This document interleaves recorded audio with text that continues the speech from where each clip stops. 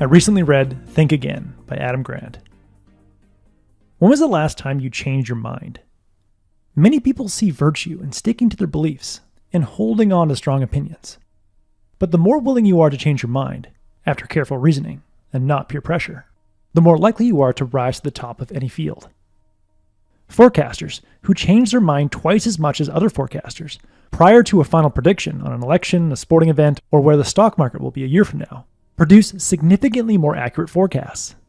College students who have more eraser marks on their exams and reconsider their answers before handing in an exam routinely score higher than students who don't rethink their first answer. And US presidents, who are ranked highest among historians, are those who displayed intellectual curiosity and openness and were most likely to adjust their policies based on new information. George Bernard Shaw famously said, "Those who cannot change their mind cannot change anything." Many of us fail to upgrade our opinions and way of thinking because we get stuck in an overconfident cycle. We form an opinion that feels right. We like feeling right, so we seek information to support that opinion, while discounting and dismissing information that doesn't support our opinion. As a result, we feel validated for holding an opinion, which gives way to more pride and starts the cycle over again. When you allow an overconfident cycle to continue, you stop learning and stop listening to anyone that doesn't support your opinion. Feeling right is more important than being right. When Adam Grant asked world-renowned scientist Daniel Kahneman how he reacts when people find flaws in his research, Danny's eyes lit up and he said, "It's wonderful. I get a chance to be less wrong." Great scientists like Kahneman see ideas and beliefs as hunches and hypotheses that need to be tested. When they encounter data that casts doubt on their hypothesis, they get an opportunity to discover new ideas and better understand reality. When you think like a scientist, your opinions and beliefs are starting points that you expect to revise based on incoming data. In 2016, researchers gathered over 100 Italian entrepreneurs and split them into two groups. Both groups took the same 4-month entrepreneurship course that taught startup strategy, customer interviews, and how to build a minimum viable product. But only one group was taught how to think like scientists and see business strategy as theory, customer interviews as a way to develop hypotheses, and their minimum viable product and prototypes as experiments to test those hypotheses.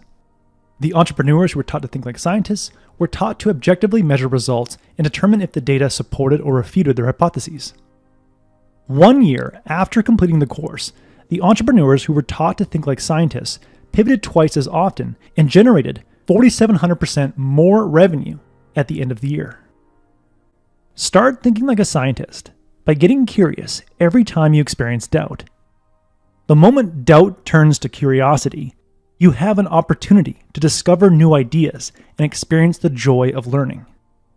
By learning and improving upon your ideas, you gain confidence in your capacity to learn, while remaining humble about what you didn't know and what you still don't know. This is known as confident humility. Doubt leads to curiosity, which leads to discovery, which leads to confident humility. This is known as the rethinking cycle. One way to keep the rethinking cycle going is to update a note on your phone that contains 2 lists: things I don't know and things I've learned recently.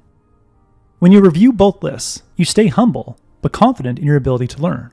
Another way to stay in the rethinking cycle is to listen to podcasts with people who make you think even if you disagree with what they think. In the end, an overconfident cycle ensures you spend your life defending outdated ideas and refusing to learn, while a rethinking cycle increases your mental flexibility and allows you to experience the joy of learning. And start thinking like a scientist to enter a rethinking cycle. Think like a scientist by seeing your ideas and beliefs as hunches and hypotheses, and doubt as the first step towards a new discovery. Then stay in a rethinking cycle by keeping a list of things I don't know and things I've learned recently to remain confidently humble, and seek out people who make you think, even if you disagree with what they think. Whenever you find yourself clinging onto ideas and ignoring conflicting information, ask yourself, do I value being right or just feeling right? That was the core message that I gathered from Think Again by Adam Grant. This is another remarkable book by Adam Grant.